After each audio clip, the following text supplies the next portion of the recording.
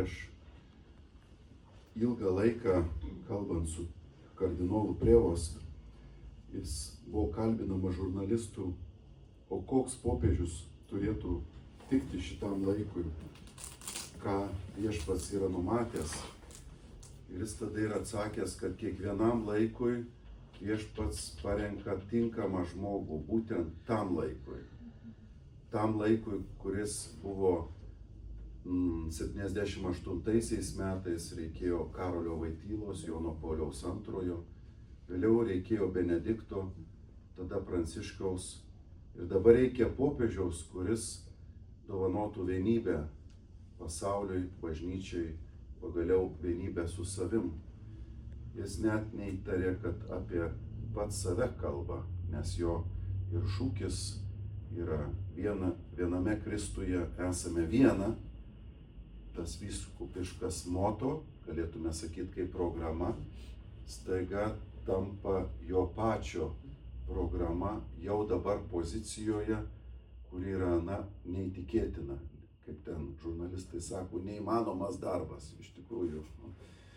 Tai šis viešpaties pasirinkimas tokiu metu, būtent Leono XIV kalba, kad reikalinga kukli ir nuolanki širdis, galingas protas, intelektas ir tada, aišku, vienybės pastangos sujungti labai fragmentuotą ir susiskaldžiusi pasaulį, tame tarpe ir pačioj bažnyčioj.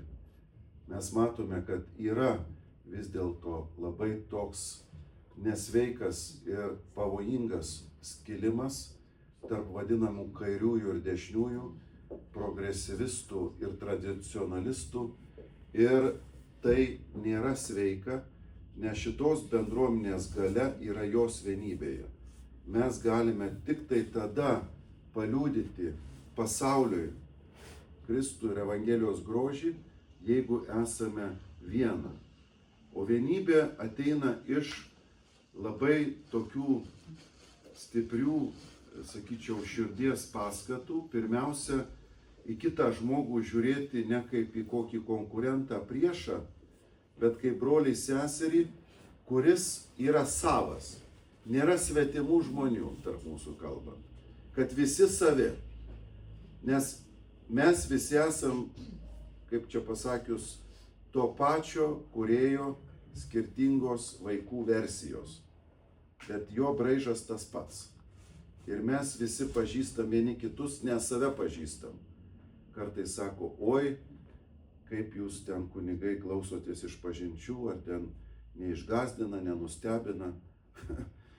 Jūs viską visi žinote. Ir be sakymo, mes vieni kitus pažįstam dėl to, kad žinom ir patys save, per kokias pagundas einam, per kokias įtampas. Todėl nebūti kitam žmogui kritišku, neteisti kitą, iš tikrųjų reiškia tiesti tiltą. Ir tam žmogui duoti laisvę būti savimi, kartais taip yra labai skausminga, nes žmogus laisvę naudoja blogam. Ir vis dėlto to žmogaus nenurašyti kaip atmestino, kaip sakytume, to, kuris turėtų būti būtinai nubaustas, nukryžiuotas. Aišku, mums kiekvienam Dievo tas duotas gyvenimas yra slėpinys. Kodėl aš, pavyzdžiui, pakviestas iš vis į gyvenimą. Čia vyskupas, tai čia detalės.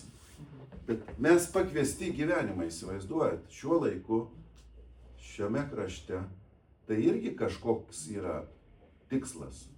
Nes jeigu Dievas daro viską tikslingai ir daro mus amžinus, tai mes kiekvienas turime vaizduotę pranokstantį tikslą. Mes norėti, mus visus įsimylėjo, todėl mes esam. Tai tas realizavimas, kad štai aš esu pakviestas, aš esu norimas, mylimas, jis labai širdį guodžia, jis labai kažkaip sustiprina. Ir va tą mums vieni kitiems perduoti yra tiesiog vaistai, aliejus pilamas ant širdies. Tai ganytojo, vyskupo kunigo uždavinys yra būtent šitą priminti ir šitą transliuoti. Jeigu žmogus, reiškia, šaukiamas Kristaus į tokią tarnystę, aiškiai, kad jisai su mintimi, kad pakartoti pačio Kristaus žvilgsnį, jo laikyseną, jo elgesį, jo būdą, kitais žodžiais tariant, priartinti Dievą prie žmonių. Nelengvas uždavinys, pranokstantis jėgas, bet Dieve padėk ir pasigailėk. O iš kitos pusės mes visi vieni kitiems padedam tame, nes tu gali būti su didžiausiais titulais, o būti vargšas. Ir atvirkščiai, žmogus, kuris paprastas, neturi galbūt didelių pasaulietinių pasiekimų, tu matai, kad jis šventas. Kad tas žmogus neįtikėtinas, kad man dar taip toli to žmogaus tyrumo, švelnumo, meilės. Tai žinot ką, žiūrėti į širdį yra išmintis, žiūrėti ne į titulus iš tikrųjų yra išmintinga, o žiūrėti galbūt į akis ir žmogaus širdies gelmes, kitais žodžiais tariant, žvelgti Dievo akimis į pasaulį ir vieni kitus. Tokia turbūt mūsų misija ir toks pašaukimas.